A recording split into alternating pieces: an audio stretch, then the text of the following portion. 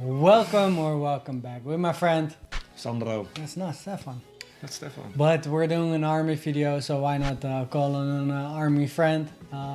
And we've been in there for a while. That's pretty much how I'm gonna say it. Couple of years. Yeah, a couple of years. We'll say it in the Q&A for sure, in the 10K video. But I also wanted to do something on the channel as in React. I haven't really dived in the whole military of the Philippines. We know, of course, some bits and pieces of it, but I didn't dive at all in the whole history of it. And I found the video, it's already old, so probably maybe something already solved and stuff. But I saw like a two-parter series from a year later as well. It's from Vice, and Vice always makes good documentaries, so why not give it a watch and see what's gonna happen. Let's go. Let's go. Let's go. Let's go!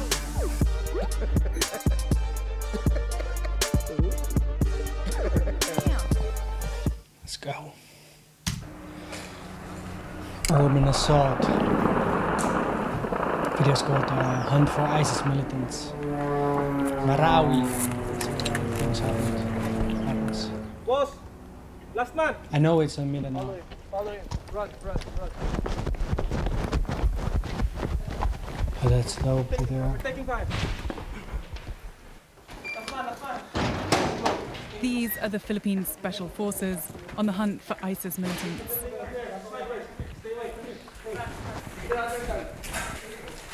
Yeah, we're going with them. It's crazy. That even getting to the positions they need to be in is a challenge. Yeah, quick break. This is also what I saw. In Afghanistan there was also a couple of people who were from the media that actually went with them and us in the front line as well. So that's crazy that this looks like they're close to the front. Yeah, we didn't have that in Mali. Oh yeah, that was. It was a different kind of war, of course. Yeah, but that's crazy that they're actually going in a real raid. Yeah. More accustomed to jungle fighting than urban warfare, battling in these tight alleyways is proving harder than expected.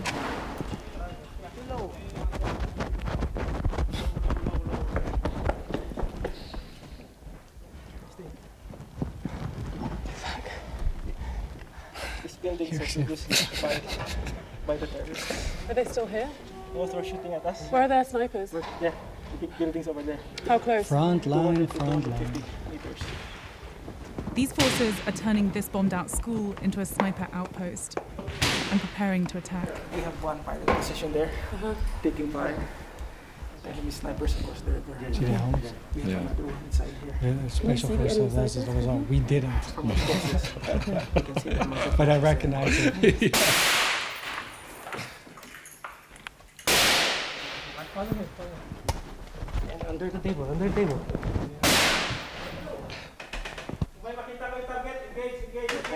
Ready.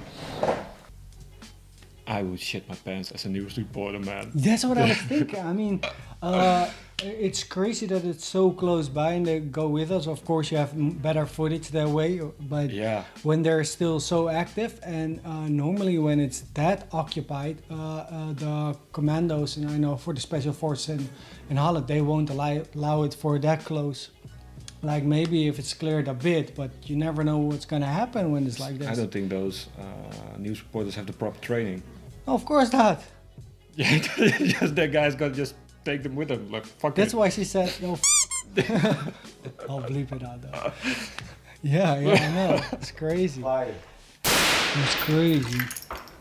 I saw the radio guy. No cops, no glory. Yeah. Aim high, 1A. Ready. Fire. We have to leave this area.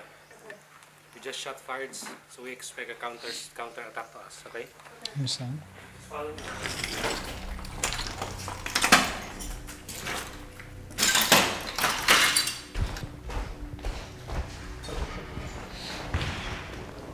With the enemy now firing back, the unit is taking cover in this classroom until the escape route is clear. Wow, so crazy to see that this was an active school just a couple of weeks ago, and now Bombed to smithereens.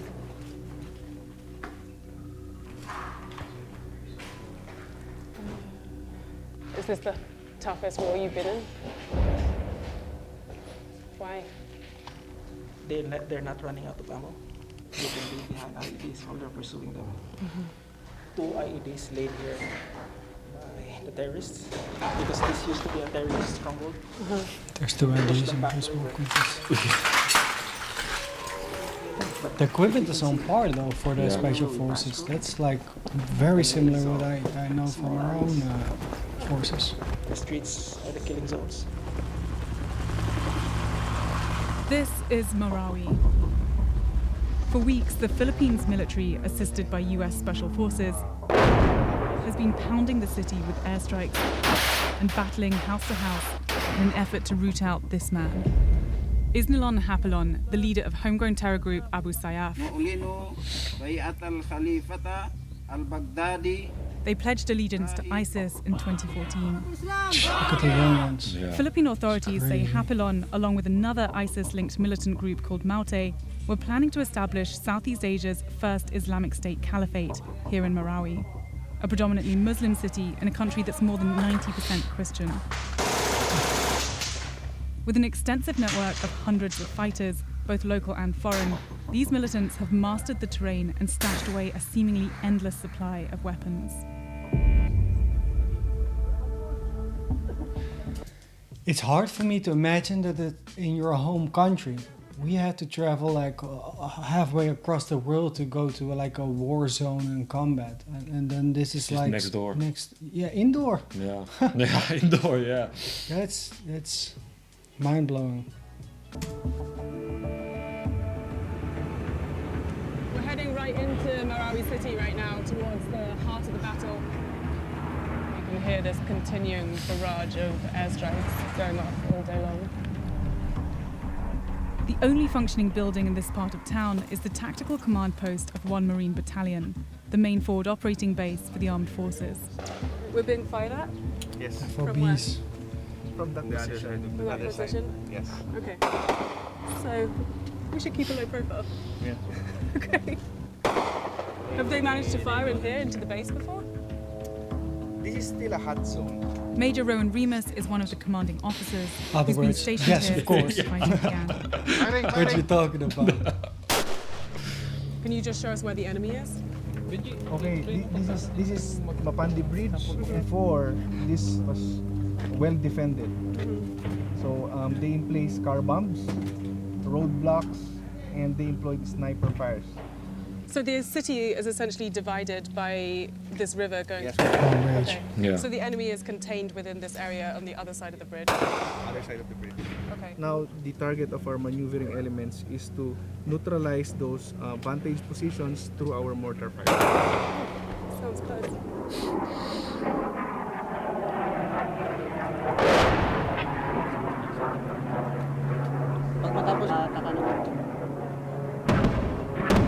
Radio guy.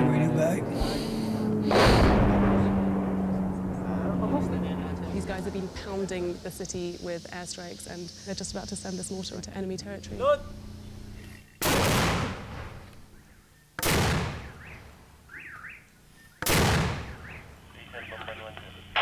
End of mission, sir. Over. Just hours after we left this base, these Marines were ambushed during an operation. 13 were killed and at least 40 wounded in what was the bloodiest day for the Yeah, they armed are. forces since the battle began.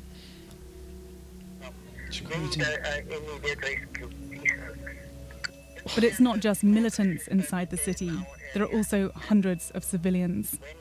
We managed to get the number of one man who's trapped in the heart of the siege. We are all dehydrated here and we are running out of food. And we have 2 child here and undergoing trauma. Do you have a plan to escape? We don't have concrete plan, ma'am, because we don't know which is the basis of ISIS, so we have to stay put and wait for the rescue. Are you safe right now? I don't know, ma'am. I think the authorities know that we are here. Mom, I have to hang up. I'm running out of battery and my battery is reserved for the rescue team. Please, let's help. Thank you. Okay. Who? He hung up.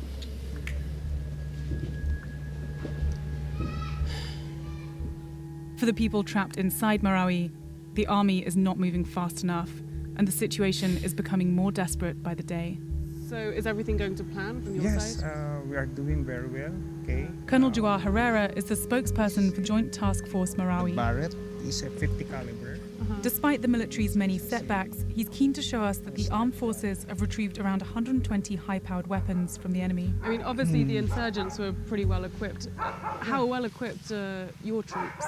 Well, our armed forces are well educated, highly trained. We are very capable to address terrorism.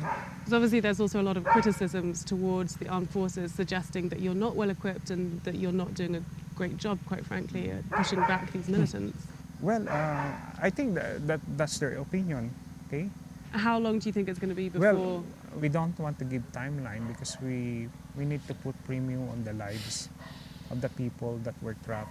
It's an active operation. Yeah. You can't. Obviously time is running out for them. I mean, they've been stuck in Yes, there. but we're doing our best. Now, as the military ramps up pressure on the Bit of a remaining weird terrorist portrayal by strongholds, her. Yeah. a humanitarian crisis looms. And concerns that Marawi is only the beginning of an increasingly violent ISIS presence are rapidly spreading throughout the region. Wow. Yeah, I didn't know anything about that, so that really caught me off guard a bit. I know some bits and pieces, of course, what I have heard, but it's of course 3 years old, so the progression and how far it is, it could be totally different now, of course, so let me know. I will do my own research on it as well, of course. But for me, it's a portrayal of the FOB and that kind of stuff has such similarities as Afghanistan as I know, and that was for me across the world, and I have to go there, so that's it, if it's in home, that's so crazy. Too close for comfort, for facts, and especially if you hear like we heard one phone call, of course, from somebody who's actually in there. Yeah, I understand from the military as well how it is. They have to have their own operation, and of course they can't push all the way forward. And there's so much things involved as well. And I think I saw a couple of documentaries about Iraq, and I read a book on it as well that had also a lot of similarities like we saw just now. Yeah, that's crazy to see it, but from our own perspective, looking at the military guys themselves, they're of course special forces, and we just got a glimpse of the normal troops, and they're pretty well equipped. What we saw, not too much difference, maybe not in other departments that we don't know, like on the radio side of it and the satellites and that kind of stuff. That's where we're specialized in. But from what we saw as an equipment base, they look pretty similar that I know. Yeah. So that's good. And if you have the combatant, if you have that active military zone, that you're at least well equipped to do something about it. Because they have some serious firepower. That's what I want to say after. Some serious firepower, Yeah. holy shit. I mean, from Afghanistan, we know out of history where they got it from, but I don't know how it is and how they got their own, from the ISIS side, how they got their equipment and how they get funded. Because if it's there, they need to get it from somewhere, of course. Yeah. But terrorists will be terrorists, they'll get their own shit, you know. Yeah. It's crazy. Really interesting though, and for our point of view, I really want to know what's happening after. I know they're still like a year later or something, so an update. And across the channel, we'll do an update with us too on how the situation will go. And let me know in the comments. So, anything else? Thanks all for watching. Hopefully see you next time. Peace.